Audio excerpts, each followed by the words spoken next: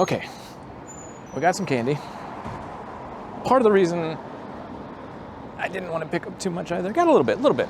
Probably more than I still should have, but I don't want to lug around a bunch of it on my back. It's already, like, it's kind of cool out, but the more I've been moving around, the warmer this kind of fleecy line sort of jacket gets, to the point where I'm kind of sweating a little bit, and I don't like that. I don't want to be sweating in April. Nobody wants to be sweating in April. But yeah, so this is obviously the factory end of things. We can't go in there. Occasionally, you know, the tours, because they do have the, you got the tour buses here, because they do have tours of the factory and the chocolate museum and all that stuff.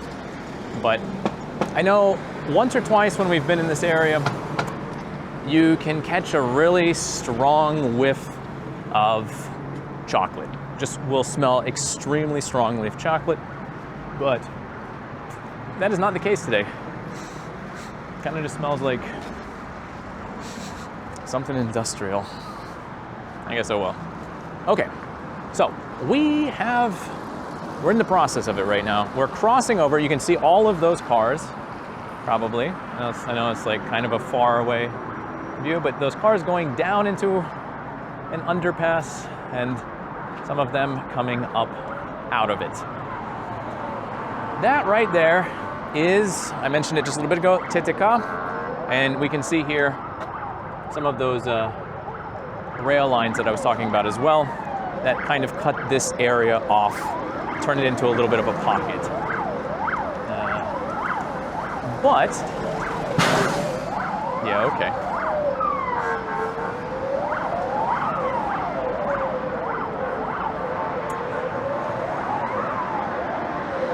A lot of old, man, that's not, I swear to God, I saw like another Cadillac so far today, which is not something that you typically see a ton of, but maybe it's just one of those parts of the city where they got that old style riding around. It's kind of an interesting little thing right there. I don't think that's supposed to be open. That feels like it probably should not be open, but okay. Anyway, we're in one of those like industrial-esque little regions.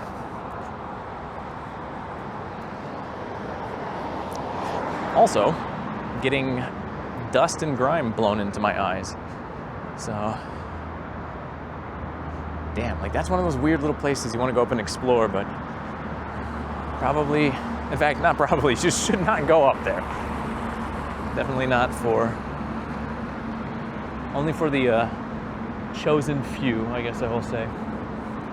But I want to mention this thing right here. This, you can see it a little bit with the sign right there. This used to be a shopping mall. There's a parking lot down there, and that used to be a sign that would say Ashan. And like 2 years ago or so, when one of the times we came here, we walked this way and we're kind of doing a little exploring and all that stuff, which tends to be the case. And we saw this massive shopping center just completely closed and abandoned. And I did a little digging online, tried to find some answers. What exactly happened? Obviously, my first inclination was that it was probably, or my first suspicion was that it was probably connected to maybe some larger brands pulling out at the start of the war. But Ashan didn't go anywhere, so that doesn't really make any sense. It's also kind of in an odd spot. Like, as you can see, right? Nobody really lives over in this area. There's some people over there, but like, you're not gonna walk all the way around. And then you've got like TTK, but nobody's coming to Ashan, probably. Although Riviera does exist here, so I can't completely write that off. But, and if this closed down last year, then I would say, well, it's because the economy is slowing down. But this has been closed for quite a few years now. You can actually see on the doors, right? Торговый центр «Тройка» закрыт. Мы становимся лучше для вашего удобства. The shopping mall Troika is closed or becoming better for your convenience. The general story online is that the mall here closed down to undergo reconstruction, to make it a better shopping experience, that they are going to put in new apartments and stuff like that, and it's going to be much more in demand than it was before. And there really isn't much information about it. The last bit of information I could find with regards to this was from last year, and it was LiveJournal, which is still a thing that people do use here. So about a year ago, almost to the day, there was a post that linked to various other websites connected to real estate development and things of that nature. And a year ago, they said, we think that the shopping center should be open by the end of 2025 or the first quarter of 2026.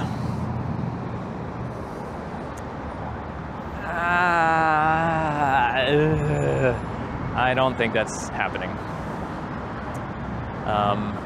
Yeah, it kind of feels like this is probably not going to open ever again. Let me readjust the microphone a little bit. I feel like it's super loud. Okay, we'll try that. It's a little bit lower down. I can see the levels popping into the orange, which I don't want to do too much audio work in post-production. Would it be post-production if I'm editing a video? Probably, yeah, I guess. I don't know. Anyway, with this shopping center, I don't think it's probably ever going to open again. The longer it stays empty, the more massive the repairs are going to have to be to bring everything up to code. And I'm also willing to bet that people have figured out a way to get inside and done a little trashing of the place as well. Yeah, it's a big shopping center, right? And it's just abandoned right here. So one of those little things that goes all the way down this way too, right? Massive. Oh, shoo! Look at that. Hold up. I wasn't planning on going down here, but okay, so maybe they are doing some work. I don't know.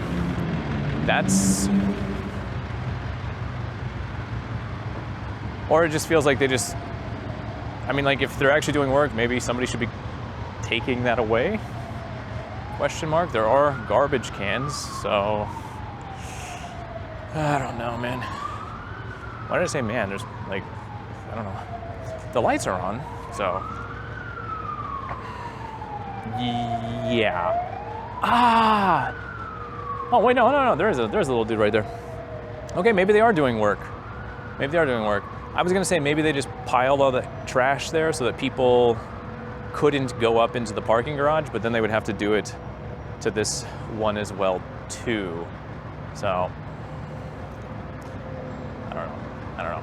I'm gonna back up slowly and see where the little skid loader with the broken bits of stone and debris goes to take it. He's coming. He's turning. Where's it going to go? He's just gonna load it right there. Okay, so yeah, it kind of feels like they're just blocking it off. Because why would you put it behind the Schlagbomb if you were waiting for somebody to take it away? You just pile it. I don't know. Anyway, yeah, this is kind of a dead mall. And again, I don't see them reopening it anytime soon. Not that it matters. We got too many goddamn malls in this city. Just like we have too many tractors carrying water and spraying water and all that fun stuff. I'm in a crossover. I'm also going to have to stop recording for just a second because my battery is about to die. We're at 3%. So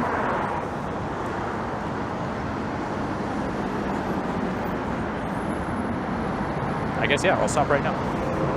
Okay. Now, a fresh battery, so we're good to go. I have no idea. I've been recording for far longer than I anticipated. but also really interesting new building right there with that weird sort of cylindrical, wavy thing right there. It's got to be residential, right? But my question with those types of buildings is always, who wants to live looking out on this road, on Titica, on the 3rd transport ring? Like, you can't ever open your windows because it's just going to be filth flying in. I don't know. Anyway, they build any available square inch. Okay, so if you look back across the way, there's that white church that we entered probably in a previous video. And the thing that's kind of interesting is that church didn't used to be by itself. It actually used to be part of this monastery right here. Now, this monastery, and I gotta get out my notes. We'll just take a look at the entryway right here. Very well done. Oh, we got the Krasnoselskaya because last Sunday was Easter. Русская православная церковь, Московский патриархат, Алексеевский Ставропигиalny женский монастырь. I butchered that one word, but that's okay. It is a woman's monastery, which I know is a bit of a nunnery, I guess is what you would call it in English. But this is a very nice, quiet little territory, right? Like, how quiet did it get, right? We just walked through here and it just got super, super quiet. So, now I'll talk a little bit, I gotta get my notes out here. I'll talk a little bit about the grounds because this is kind of an interesting one. So, this monastery was originally founded in 1360, but not in this location. It was originally in the city center near what is today Ostozhenka. And then they had to move it, and they moved it to where Храм Христа Спасителя, the Cathedral of Christ the Savior. And then they moved it to this location in 1837. This is a female monastery. I mentioned that already, so I don't know. A nunnery, I guess, is what we would call it. But in Russian, it's just Zhensky Monastyr. Obviously, it was closed after the revolution and appropriated by the Soviets for their own purposes. Kind of like we saw with the church, it was turned into, or no, not the church, the almshouse was turned into a weird ministry of like fish and dairy products. Or no, it was meat and dairy products. This was the one that was used. I believe this brick building right here, in fact, was used as offices during the Soviet Union for the Institute of Fisheries. Super important stuff. It was also used partially as residential space. I don't entirely know where they would have been living. Maybe they would have been living in the brick building and been using maybe the white building or something else as offices. They used storage spaces. They had umbrella manufacturing here. But yeah, and then obviously when they built the 3rd transport ring there, it cut the white church off from the main part of the monastery. Now, services began happening here again, starting in 1991, and it did regain its monastery status in 2013, I think. Let me just double check and put my notes away a little too early. Yeah, 2013 is when it regained its monastery status. But again, because this is such a weird little pocket area, you got an abandoned shopping mall over there, you have a railroad over there, and then all along this way you have the 3rd transport ring. This is one of those monasteries that just kind of gets forgotten. And it's nice. It's nice having these little oases of quiet in the city. Just very nice. I'll try to pan up there a little bit so we get a nice view of the cupolas, of the domes with the lovely sky. It was not super pleasant at the beginning of the day, but it has turned out to be a lovely day. In the background right there, that tall building is a hotel that is actually near Metro Sokolniki, but we're not going there because that is a different metro.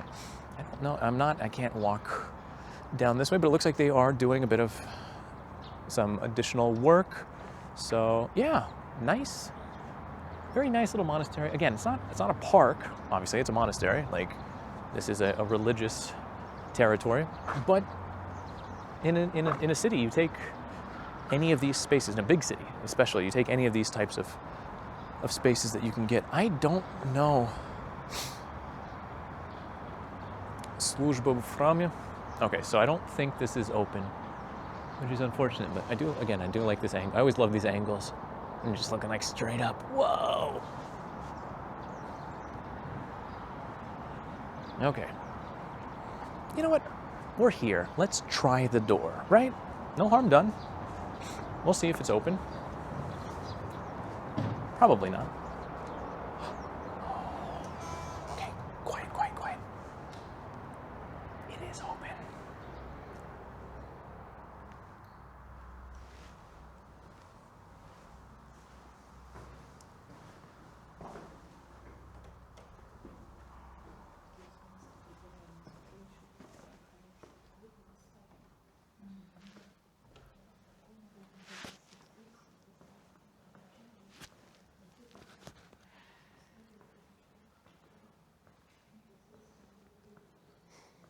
Look at that chandelier. Whoa. Yo. And you can see up there, they haven't completely done the reconstruction. Wow.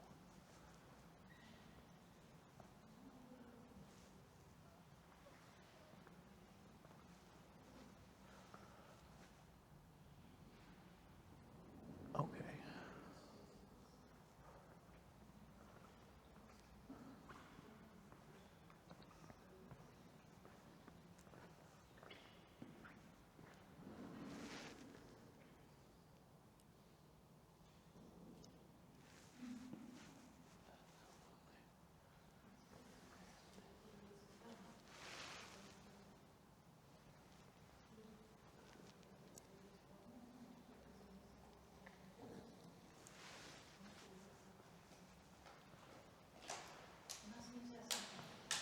Хорошо.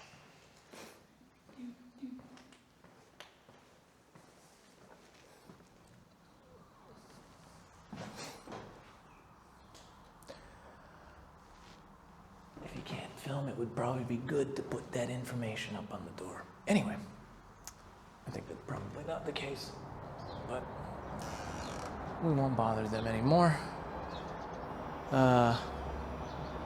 Yeah, really. Honestly, that chandelier, was not expecting that whatsoever. Really intricate, really cool. I don't know if it was easy to see, or I don't know if you could hear me whispering, the double-headed sort of imperial eagles on that. So obviously very old style there.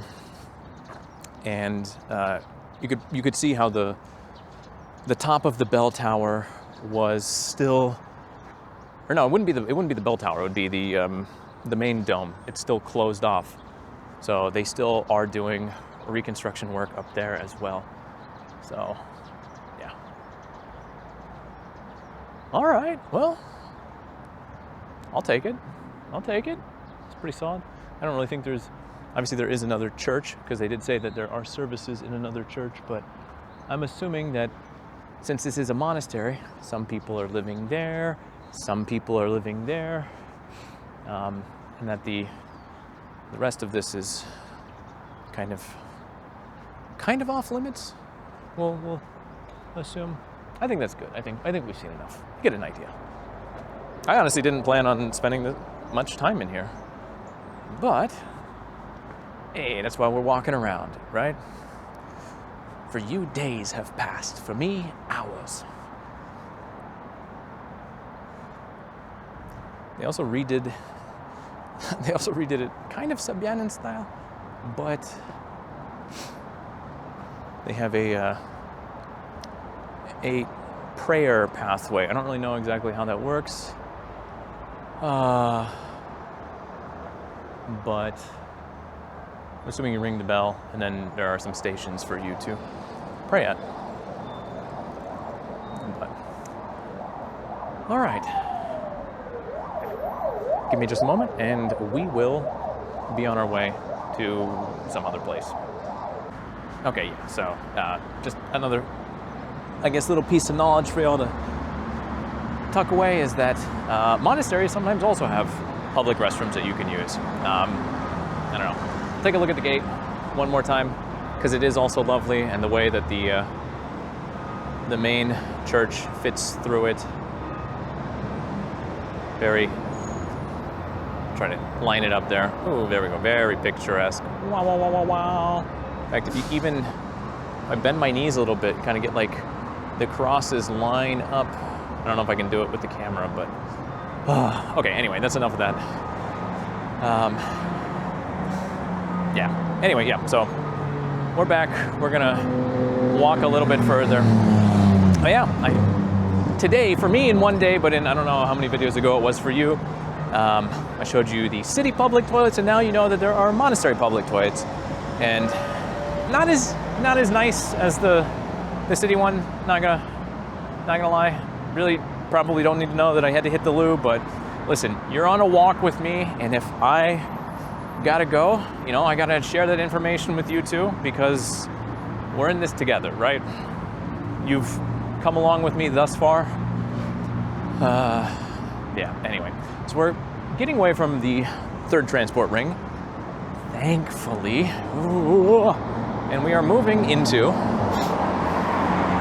oh, they even have a little information thing here. Tradition connects the foundation of the monastery with the name of Saint Alexei of Moscow, who took care of the establishment of Cenobitic monasteries? The Cenobites from Hellraiser? Are you kidding me? And with those blessing, many monasteries were founded in Russia. Cenobite is the dude in Hellraiser. Like, I know that for a fact, so is that the translation? Преданный связается основание монастыря с именем московского святителя Алексея, заботившегося об утверждении общежительных монастырей и благословению которого на Руси были основаны многие обители.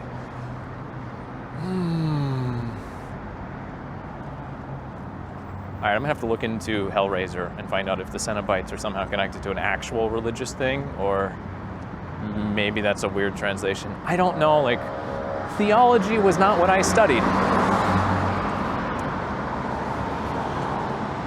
Was Pinhead here? I don't know. Was Pinhead in ancient Russia or Tsarist Russia? Perhaps? I don't know. Am I making too much out of this? Absolutely. So, all right, so we are going into a bit of a neighborhood. I always say a bit of a neighborhood. We're going into a neighborhood, but this is like kind of a special neighborhood. Now, obviously, these homes are a little newer. We can see them over the fence here. Not really anything interesting to talk about or write home about. I don't know when they were built, but I would imagine early 2000s, something like that. Yeah. We're actually going to go a little bit forward. If you remember from that conversation I had with that grandmother, I talked about Rusakovsky Жилмассив, which is not quite here, but it's generally speaking in this area. I actually have to consult my map because I don't want to get lost here. Okay. So, yeah, we do want to go down this way. There we are. Yep. Oh. Okay, hold up. Yes, enjoy the trash. Numbers. Okay, this was not on my list of things to highlight, but once this car crosses the street, this is like an old parking garage right here. Yo, check it out. Okay, first of all, it's a sauna, which is kind of jank, but yo, I love it when in the regions or like in little neighborhoods, they have these types of paintings. We got a jungle-themed sauna. I wonder if the sauna is still operational.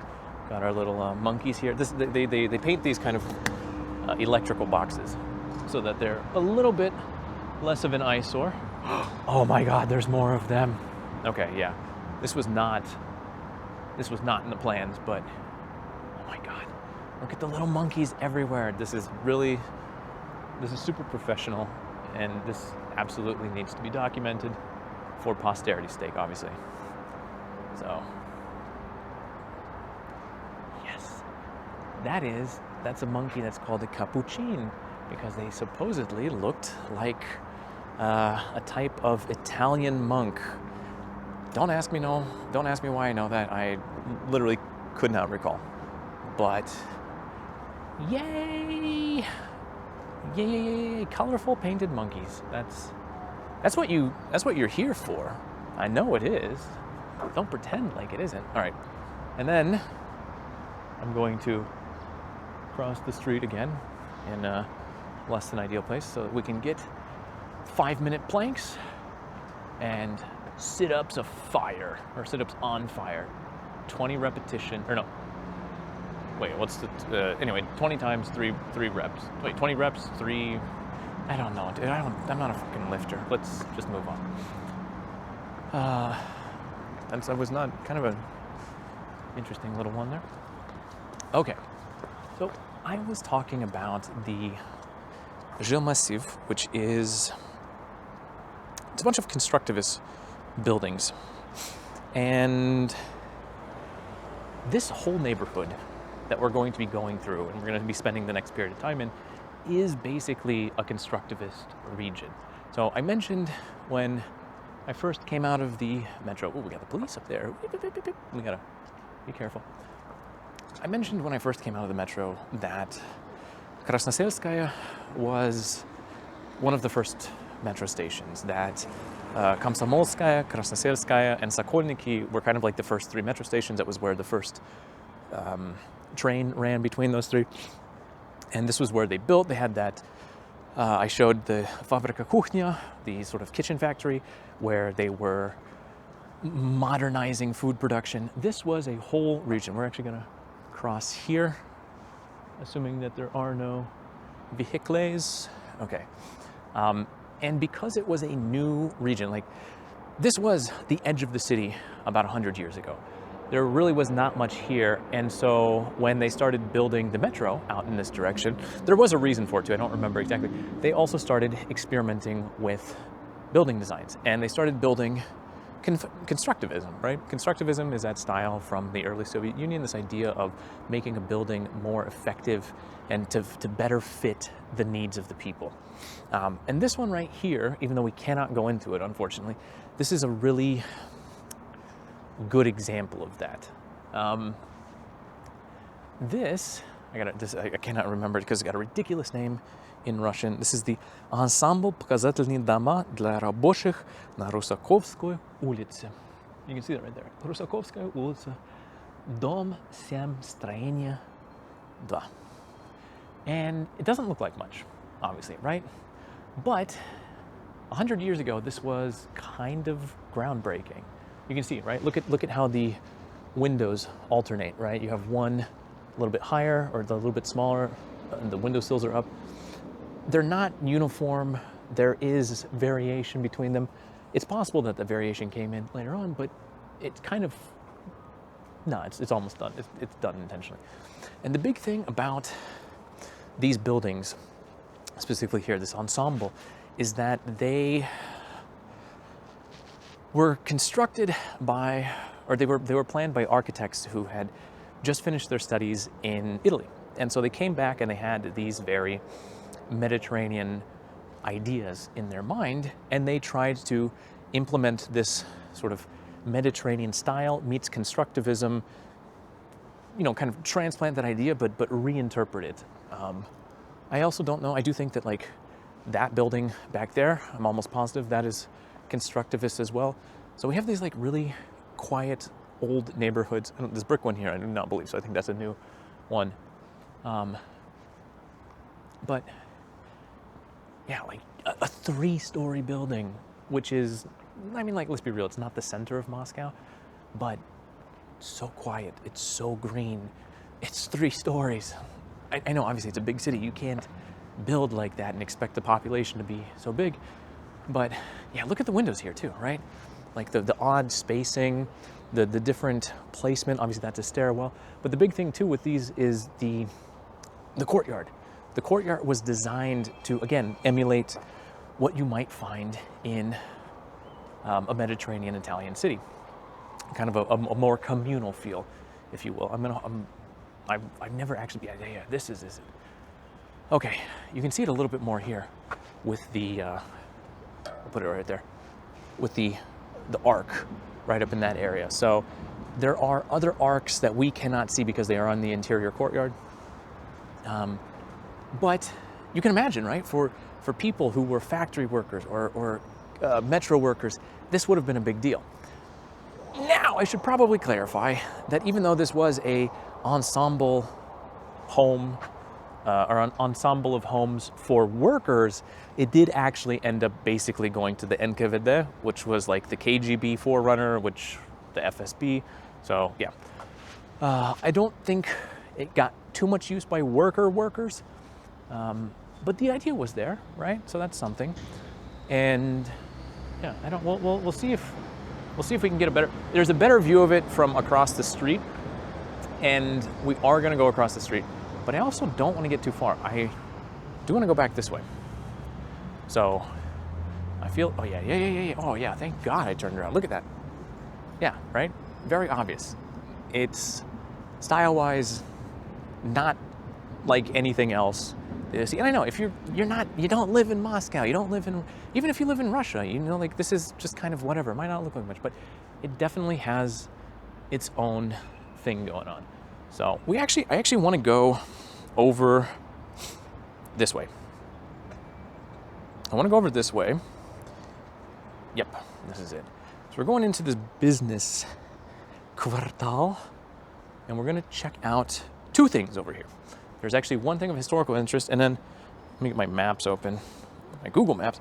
I want to take a look at, again, when I was talking with that babushka, again, a few videos ago, a video or two ago, I don't know. I haven't edited this yet. But when I was talking with her, I was talking about like how I wanted to film this stuff and save it for posterity's sake, right? And there are more than a few buildings that are quite historical and are not protected by the government. And so one of them is back this way as well. So we're gonna go try to find that. Okay, I think.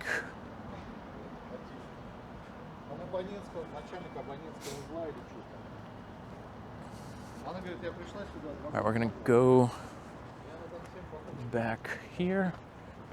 I'm assuming that. Okay, yeah, we're just gonna go back. Okay, business center. Yeah, look at that building too. That has, I have no, is that a school? It must be. It looks like a school, just in terms of the overall layout. But again, nice design. I don't think that's not constructivism, but it's still a nice building. Okay, so first thing I want to do is we're going to go through this arc right here. Yeah, you can kind of see that other building I was pointing out before with those interesting columns. Yo, there it is. Krasnoselskaya, улица, дом 13, строение. I cannot see. This white building in front of us, this one right here, this is not a young building. This is an old building. It's kind of dirty too. And it is not protected. Stроение 2. Again, I feel like that's themed.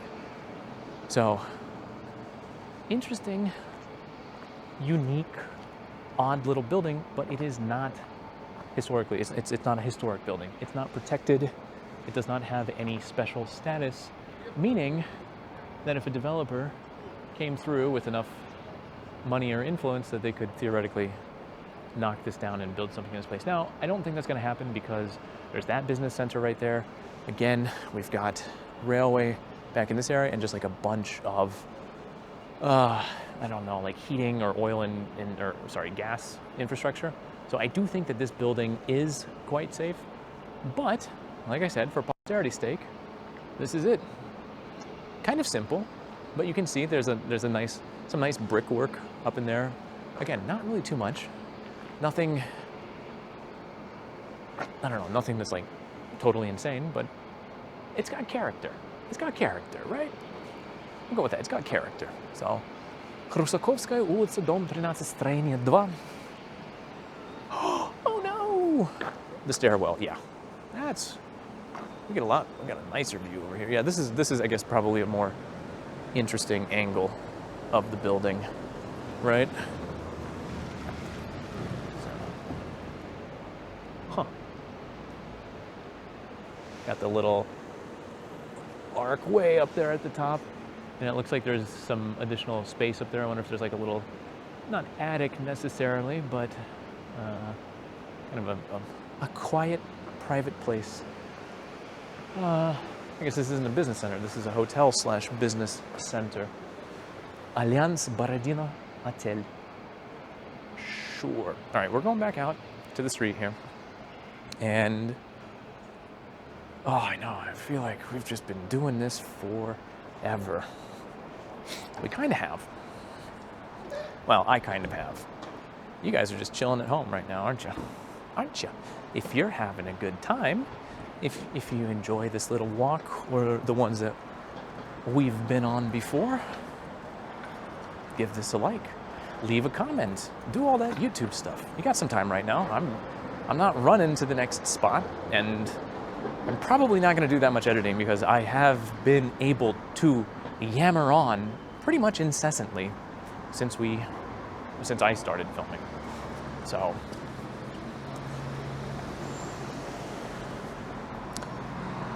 where are we going? We're going over here. We're coming to the edge of the territory that I outlined. I can already see here. You can actually kind of see for yourself if you look closely. On the other side, the MCD D3 Mitkova is I think that's how you pronounce it. That's already what I would call Sokolniki territory, but another old building here. This nondescript little thing. I said Krasnoselskaya was one of the first metro stations, right? It was one of the first ones ever. You can see, на этом месте в 1931 году была заложена первая шахта метростроя. Здесь началась борьба за сооружение лучшего в мире московского метрополитена. So, in 1971, in honor of the 40-year anniversary of the construction of the Moscow Metro, they put up this little plaque. Now, it's not much, but what this is a shaft.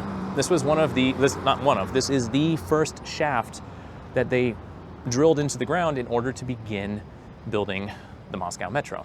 Kind of an odd little landmark, right? It really is neither here nor there. We got, again, railroad tracks over there. We got a big road over here. But it's here. It's a landmark, it's something, and it's just another reminder too of not only how old this general region is, but also of like how, what's the word?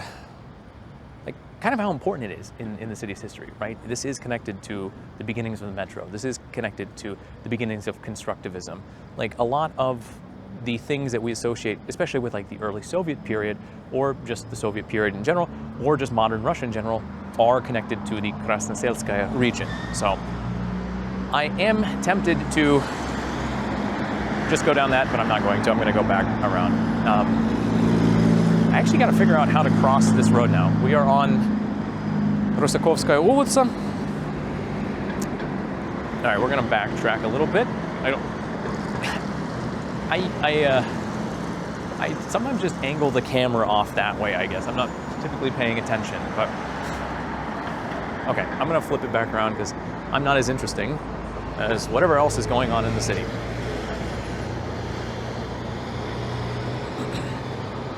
All right, we got some clouds moving in, which I gotta say, not a fan of.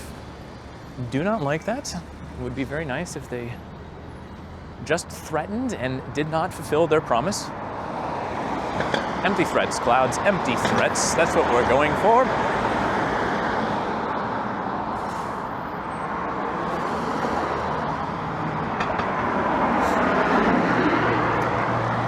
So yeah, obviously you can see there are a lot of older Soviet panel houses here too. And these are, I think, what a lot of people associate when they think of Russia, at least in terms of housing, which is fair. Like, they're kind of everywhere, but it's just a former Soviet thing too. Okay. We're gonna get up to this stoplight, and I'm probably gonna miss the crosswalk. So, dag nabbit. Okay. Oh, I forgot about this house. Okay. While we're here, it's gonna be hard to see, but if you look at like this window right here, you might be able to see it. Somebody, I noticed this like a year or two ago, somebody installed a cage, and it's basically, as far as I can tell, it's for their cats to like go out and sun themselves in during the summer months. I swear, we drove this way once or twice, and I'm positive I saw a cat up there at least once, so maybe there's a cat up there now. Look carefully. It kind of looks like there's something up there. I don't know. Anyway, I'm gonna stop recording for a minute, and then you'll join me on the other side. And as you might have guessed from the fading of the video, I'm going to have to cut it there. This is the end of the third installment of this walk around the Krasnoselskaya region here in Moscow. And from this trip that I was on, where I did all of this filming thus far, I have enough footage left over for one final installment, so keep your eyes peeled for that. It will be out very, very soon. As always, like, comment, do all of the YouTube subscribe if you haven't already. And yeah, there's really not too much to add to this video. I just had a good walk around. Honestly, while in this specific area, like I said, where the monastery was, and in that area where some of those older constructivist buildings were, I had never actually been there myself before. So this is probably the first part of the series where I actually was navigating a part of the city that not to say that I was wholly unfamiliar with, but that I had never actually bothered to go into before. And realistically, that is one of my goals personally for doing these videos. So it's kind of cool to be able to actually go back and even for me, relive it, especially on days like we're currently having in Moscow, where a bit of a spring snowstorm and being stuck inside is the ideal option. Anyway, I'm gonna wrap it up there. As always, thanks for watching. This has been Russia in Context.